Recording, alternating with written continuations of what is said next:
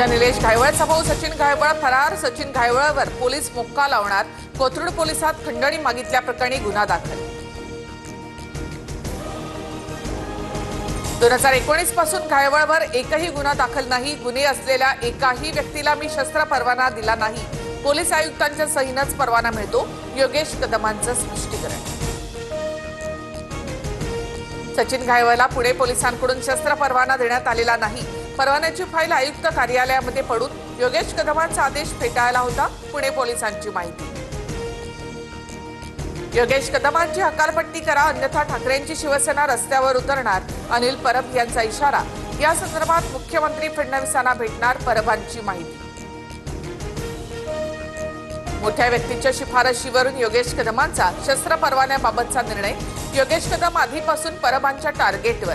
रस्त्यावर उतरायचं तर उतरा, रामदास कदम यांचा परबांना प्रत्युत्तर।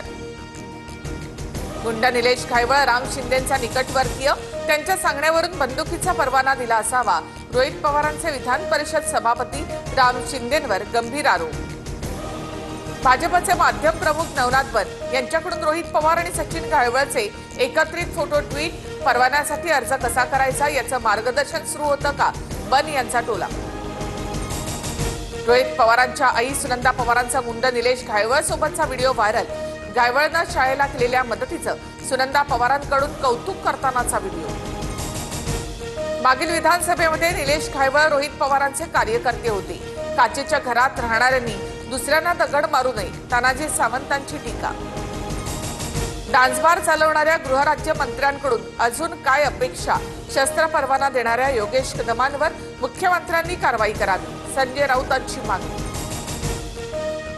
महायुती सरकारने लाडका गुंड योजना आणावी आणि राज्यात गुंडांचं पालन पोषण करणारं एकमेव महायुती सरकार म्हणून जाहिरात द्यावी, वडेट्टीवारांची टीका। सचिन घायवळला दिलेला शस्त्र परवाना तात्काळ रद्द करा, गृहराज्यमंत्री योगेश कदमांकडे धंगेकरांची मागणी। शिफारशीनं शस्त्र परवाना देण्यात आला असेल, धंगेकरांचं विधान। बूट फेकण्याचा प्रयत्न केल्याच्या प्रकारानं मोठा धक्का बसला।